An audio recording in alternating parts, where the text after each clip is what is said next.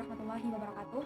Saya Anti Muwahidah dari kelas Manajemen Pendidikan Islam dengan nomor NIM 2062000015. Di video pembelajaran kali ini saya akan membahas pelajaran Pendidikan Pancasila dan Kewarganegaraan kelas 12 dengan bab kasus-kasus pelanggaran hak dan pengingkaran kewajiban warga negara. Lanjut, sekarang kita memasuki poin yang pertama. Kita akan membahas tentang apa sih makna hak dan kewajiban warga negara. Hak asasi yaitu hak yang melekat pada diri pribadi manusia itu sendiri. Sedangkan hak warga negara adalah seperangkat hak yang melekat pada diri manusia dalam kedudukannya sebagai anggota dari sebuah negara. Dari kedua definisi di atas, kita dapat menyimpulkan bahwa hak asasi manusia itu bersifat universal, menyeluruh, tidak tergantung oleh status kewarganegaraan. Sedangkan hak warga negara itu dibatasi oleh status warga negara. Kemudian, hak warga negara Indonesia itu meliputi hak konstitusional dan juga hak hukum. Yang pertama kita akan bahas hak konstitusional. Hak konstitusional itu adalah menjamin setiap warga negara berdasarkan Undang-Undang Negara Republik Indonesia tahun 1945. Sedangkan hak-hak hukum yaitu hak-hak yang timbul berdasarkan jaminan undang-undang dan juga peraturan perundang-undang. Kemudian selanjutnya kita akan membahas tentang kewajiban warga negara. Kewajiban warga negara adalah perbuatan atau perilaku yang harus dilakukan oleh setiap warga negara sebagaimana diatur dalam peraturan perundang-undan berlaku. Sama dengan halnya hak, kewajiban juga ada kewajiban asasi dan kewajiban berhak warga negara. Kewajiban warga negara. Kewajiban asasi yaitu kewajiban dasar yang ada setiap manusia. Sedangkan kewajiban warga negara yaitu kewajiban yang didasarkan oleh status warga negara. Yang selanjutnya kita akan membahas tentang substansi hak dan kewajiban warga negara dalam Pancasila. Mengapa Pancasila? Karena Pancasila merupakan ideologi negara Indonesia yang mengedepankan nilai-nilai kemanusiaan. Nah, pada nilai-nilai kemanusiaan ini Pancasila memiliki 3 nilai, antaranya yaitu nilai dasar, nilai instrumental, dan juga nilai praktik. Pertama kita akan membahas hak dan kewajiban warga negara dalam nilai-nilai dasar pada sila-sila Pancasila. Sila yang pertama yaitu ketuhanan yang Maha Esa menjamin hak warga negara untuk bebas memeluk agama sesuai dengan kepercayaannya serta menjamin untuk melaksanakan ibadah sesuai dengan agamanya masing-masing. Pada sila pertama ini menggariskan beberapa kewajiban warga negara, yaitu yang pertama membina kerjasama dan juga tolong menolong dengan peluk agama lain sesuai dengan situasi dan kondisi. Yang kedua yaitu membangun toleransi antarumat beragama. Yang ketiga tidak memaksakan agama orang lain atau kepercayaan kepada orang lain. Sila yang kedua yaitu kemanusiaan yang adil dan beradab, menempatkan setiap hak warga negara pada kedudukan yang sama dalam hukum serta memiliki hak-hak yang sama dalam jaminan dan perlindungan hukum. Adapun kewajiban warga negara yang tersirat dalam sila kedua ini yaitu diantaranya yang pertama yaitu memperlakukan orang lain sesuai harkat dan martabat sebagai makhluk ciptaan Tuhan, mengakui persamaan derajat, hak dan kewajiban setiap manusia. Yang ketiga, mengembangkan sikap saling mencintai sesama manusia dengan rasa dan tidak semena-mena. Yang keempat, sering melakukan kegiatan kemanusiaan. Sila yang ketiga yaitu persatuan Indonesia, menjamin setiap hak warga negara dalam hak mengembangkan budaya daerah untuk memperkaya budaya nasional. Pada sila ketiga ini mengamanatkan kewajiban warga negara, di antaranya yaitu yang pertama, mengedepankan kepentingan bangsa dan negara di atas kepentingan pribadi dan golongan. Yang kedua, sanggup dan rela berkorban untuk kepentingan bangsa dan negara. Yang ketiga, memajukan pergaulan demi kesatuan dan persatuan bangsa. Sila yang keempat yaitu kerakyatan yang dipimpin oleh hikmat, kebijaksanaan dalam permusyawaratan perwakilan, dicerminkan dalam kehidupan pemerintahan bernegara dan bermasyarakat yang demokratis. Pada sila keempat ini menjamin partisipasi politik warga negara yang diwujudkan dalam bentuk kebebasan berpendapat dan berorganisasi serta berpartisipasi dalam pemilihan umum.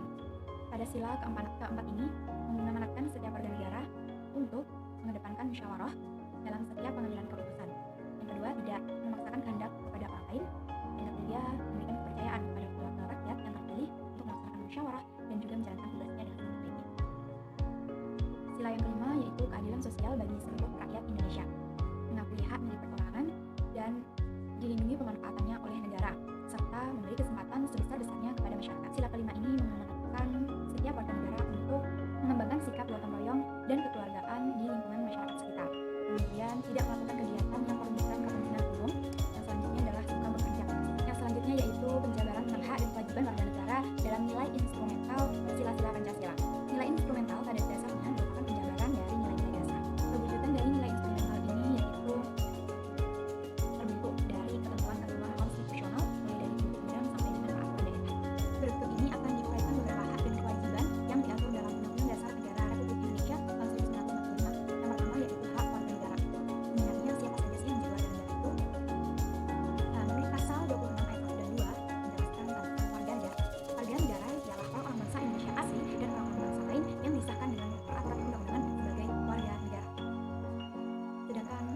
Indonesia ialah penduduk asli atau orang asli Indonesia atau orang asing yang bertempat tinggal di Indonesia. Ada pasal 26 ini merupakan jaminan atas setiap warga negara untuk mendapat status kewarganegaraannya dan tidak dapat dicabut sama-sama. Yang kedua yaitu kesamaan kedudukan dalam hukum dan pemerintah.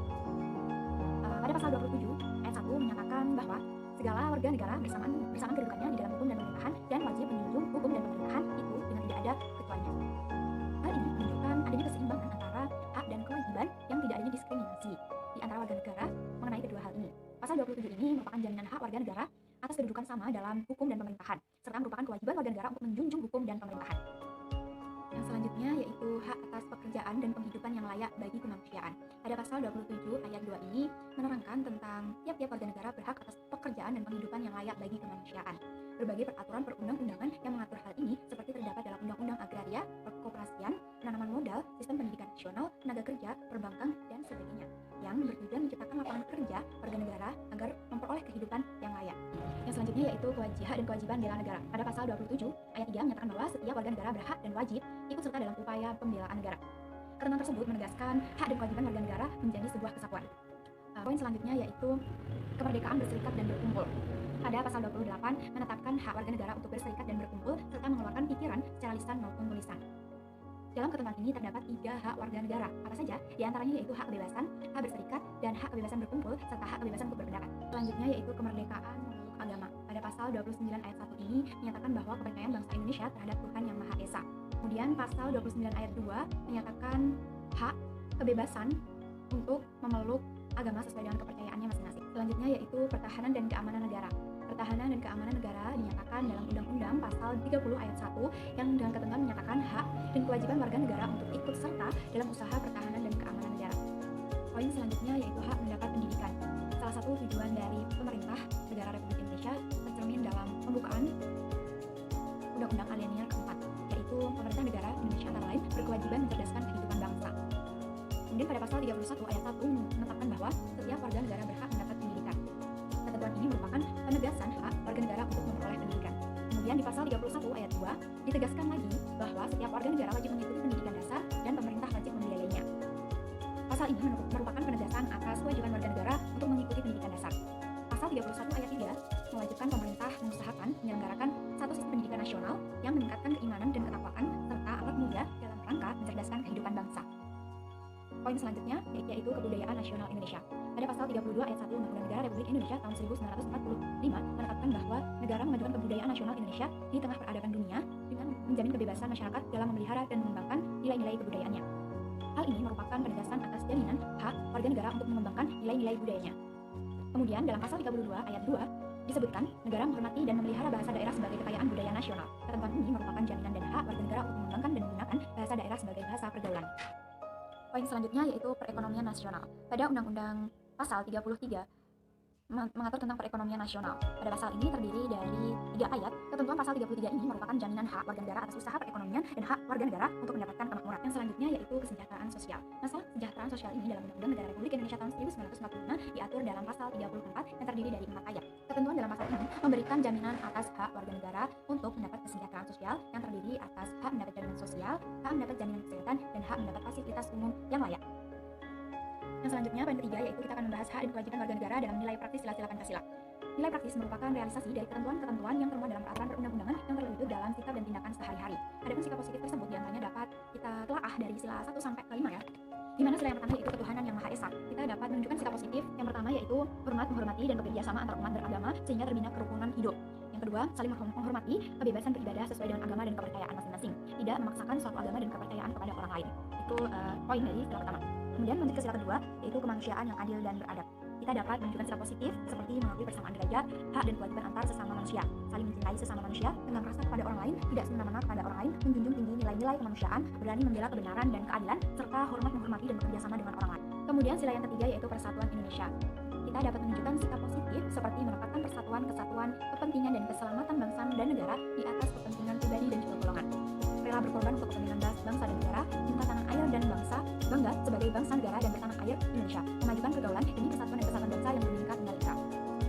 Kemudian sila yang keempat yaitu kerakyatan yang dipimpin dengan hikmat, kebijaksanaan dalam permusyawaratan perwakilan. Sikap positif yang dapat kita tunjukkan yaitu mengutamakan kepentingan negara dan masyarakat, tidak memaksakan kehendak kepada orang lain, mengutamakan musyawarah dalam mengambil keputusan, menerima dan melaksanakan setiap keputusan musyawarah, keputusan musyawarah secara moral kepada Tuhan Yang Maha Esa.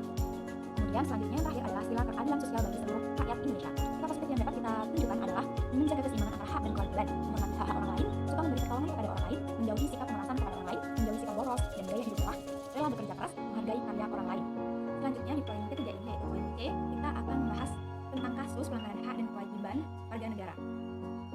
Sebenarnya apa sih? Ya, sebelum kita melangkah ke kasus-kasus pelanggaran hak dan pengingkaran kewajiban, kita akan mempelajari sebenarnya apa sih penyebab dari kasus-kasus pelanggaran hak dan pengingkaran kewajiban warga negara. Nah, faktor-faktor pengingkaran itu disebabkan oleh yang pertama, sifat egois atau terlalu mementingkan diri sendiri. Sikap egois ini menyebabkan seseorang selalu menuntut haknya, sementara kewajibannya sering diabaikan. Seseorang yang mempunyai sikap seperti ini akan menghalalkan segala cara untuk bisa mendapatkan haknya agar haknya terpenuhi, meskipun caranya tersebut dapat melanggar hak orang lain. Kemudian yang kedua yaitu rendahnya kesadaran berbangsa dan bernegara. Kenapa hal tersebut bisa terjadi? Karena pelaku pelanggaran dapat berbuat seenaknya. Pelaku tidak mau tahu bahwa orang lain pun mempunyai hak yang harus dihormati. Sikap tidak mau tahu ini berakibat muncul perilaku atau tindakan penyimpangan terhadap hak dan kewajiban warga negara. Selanjutnya yaitu sikap tidak toleran. Sikap ini akan menyebabkan munculnya saling tidak menghargai dan tidak menghormati atas kedudukan dan keberadaan orang lain. Sikap ini pada akhirnya akan mendorong orang untuk melakukan pelanggaran kepada orang lain. Yang selanjutnya adalah penyalahgunaan kekuasaan. Di dalam masyarakat terdapat banyak kekuasaan yang berlaku. Kekuasaan di sini tidak hanya merujuk pada kekuasaan pemerintah, tetapi juga bentuk-bentuk kekuasaan lain yang terdapat di masyarakat. Salah satu contohnya kita ambil yang paling sederhana yaitu seperti kekuasaan di dalam perusahaan. Nah, di mana para pengusaha yang tidak memperdulikan hak-hak buruhnya jelas melanggar hak warga negara. Oleh karena itu, setiap penyalahgunaan kekuasaan mendorong timbulnya pelanggaran hak dan kewajiban warga negara. Selanjutnya yaitu ketidaktegasan aparat penegak hukum. Aparat penegak hukum yang tidak bertindak tegas terhadap setiap pelanggaran hak dan pengingkaran kewajiban warga negara tentu saja akan mendorong timbulnya pelanggaran lainnya atau pelanggaran baru. Penyelesaian kasus pelanggaran yang tidak tuntas akan menjadi pemicu bagi munculnya kasus-kasus yang lain. Selanjutnya yaitu penyalahgunaan teknologi. Kemajuan teknologi dapat memberikan pengaruh yang positif, tetapi bisa juga memberikan pengaruh yang negatif. Bahkan dapat memicu timbulnya kejahatan. Ada terjadinya kasus penculikan yang berawal dari pertemanan dalam jejaring sosial. Nah, ini salah satu di antara kasus penyalahgunaan teknologi.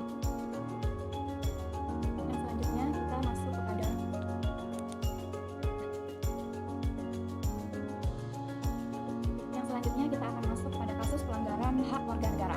Pelanggaran terhadap hak warga negara bisa kita lihat dari kondisi yang saat ini terjadi, yaitu misalnya di antara yang pertama proses penegakan hukum yang masih belum optimal dilakukan. Misalnya masih terjadi kasus salah tangkap, perbedaan pelaku oknum aparat penegak hukum terhadap para pelanggar hukum dengan dasar kekayaan atau jabatan masih terjadi dan sebagainya. Kemudian saat ini tingkat kemiskinan dan angka pengangguran di negara kita masih cukup tinggi, padahal pasal 27 ayat 2 Undang-Undang Negara Republik Indonesia tahun 1945 mengamanatkan bahwa tiap-tiap warga negara berhak atas pekerjaan dan kehidupan yang layak bagi kemanusiaan. Yang ketiga, makin merebaknya kasus pelanggaran hak asasi manusia seperti pembunuhan, pemerkosaan, kekerasan dalam rumah tangga, dan sebagainya. Padahal pasal 28A sampai 28J Undang-Undang Dasar Negara Republik Indonesia tahun 1945 menjamin keberadaan hak asasi manusia. Selanjutnya yaitu masih terjadinya tindak kekerasan mengatasnamakan agama, misalnya penyerangan tempat peribadatan, padahal pasal 29 ayat 2 Undang-Undang Negara Republik Indonesia tahun 1945 menyatakan bahwa negara menjamin kemerdekaan tiap-tiap penduduk untuk memeluk agamanya masing-masing dan untuk beribadat menurut agamanya dan kepercayaannya itu. Selanjutnya yaitu angka putus sekolah yang cukup tinggi, mengindikasikan belum terlaksana secara sepenuhnya amanat pasal 31 ayat 1 Undang-Undang Negara Republik Indonesia tahun 1945 yang menyatakan bahwa setiap warga negara berhak mendapat pendidikan. Kemudian poin selanjutnya pelanggaran hak cipta, misalnya peredaran VCD atau DVD bajakan, perilaku plagiat dalam pembuatan sebuah karya dan sebagainya. Nah, contoh-contoh yang diuraikan di atas membuktikan bahwa tidak terpenuhinya hak warga negara dikarenakan adanya kelalaian atau pengingkaran dalam pemenuhan kewajiban sebagaimana yang dipersyaratkan dalam Undang-Undang Negara Republik Indonesia tahun 1945 dan ketentuan perundang-undangan lainnya. Kemudian selanjutnya masuk ke dalam pengingkaran kewajiban warga negara. Pengingkaran kewajiban warga negara ini sangat banyak dan beragam ya, mulai dari kasus yang ringan sampai kasus yang berat. Nah, di antaranya adalah sebagai berikut: membuang sampah sembarangan, melanggar aturan berlalu lintas, misalnya tidak memakai helm, mengemudi tetapi tidak mempunyai surat izin mengemudi, tidak memenuhi atau mematuhi rambu-rambu lalu lintas, berkendara tetapi tidak membawa surat tanda nomor kendaraan atau STNK, dan sebagainya. Yang kedua, merusak fasilitas negara, misalnya mencoret-coret bangunan milik umum, merusak jaringan telepon, tidak membayar pajak kepada negara seperti pajak bumi dan bangunan, pajak kendaraan bermotor, retribusi parkir, dan sebagainya. Kemudian tidak berpartisipasi dalam usaha pertahanan dan keamanan negara, misalnya mangkir dari kegiatan Siskamplin. Poin yang terakhir yang akan kita bahas yaitu mengenai penanganan pelanggaran hak dan pengingkaran kewajiban warga negara. Berikut akan dijelaskan upaya pencegahan yang dapat dilakukan untuk mengatasi berbagai kasus pelanggaran hak dan pengingkaran kewajiban warga negara. Yang pertama adalah supremasi hukum dan demokrasi harus ditegakkan. Mengoptimalkan peran lembaga-lembaga selain lembaga tinggi negara yang berwenang dalam menegakkan hak dan kewajiban warga negara, seperti Komisi Pemberantasan Korupsi atau KPK, Lembaga Ombudsman Republik Indonesia, Komisi Nasional Hak Asasi Manusia atau Komnas HAM, Komisi Perlindungan Anak Indonesia atau KPAI, dan Komisi Nasional Anti Kekerasan Terhadap Perempuan atau Komnas Perempuan. Ketiga, meningkatkan kualitas pelayanan publik untuk mencegah terjadinya berbagai bentuk pelanggaran hak dan pengingkaran kewajiban warga negara. Yang keempat, meningkatkan pengawasan dari masyarakat dan lembaga-lembaga politik terhadap setiap upaya penegakan HAM dan kewajiban warga negara. Yang kelima yaitu meningkatkan penyebarluasan prinsip-prinsip kesadaran bernegara kepada masyarakat melalui lembaga formal maupun non-formal. Yang keenam, meningkatkan profesionalisme lembaga keamanan dan pertahanan negara. Yang ketujuh, meningkatkan kerjasama yang harmonis antar kelompok atau golongan dalam masyarakat agar mampu saling memahami dan menghormati keyakinan dan pendapat masing-masing. Alhamdulillah sudah selesai pembahasan kita mengenai kasus-kasus pelanggaran hak dan pengingkaran kewajiban warga negara. Semoga bermanfaat dan Assalamualaikum warahmatullahi wabarakatuh.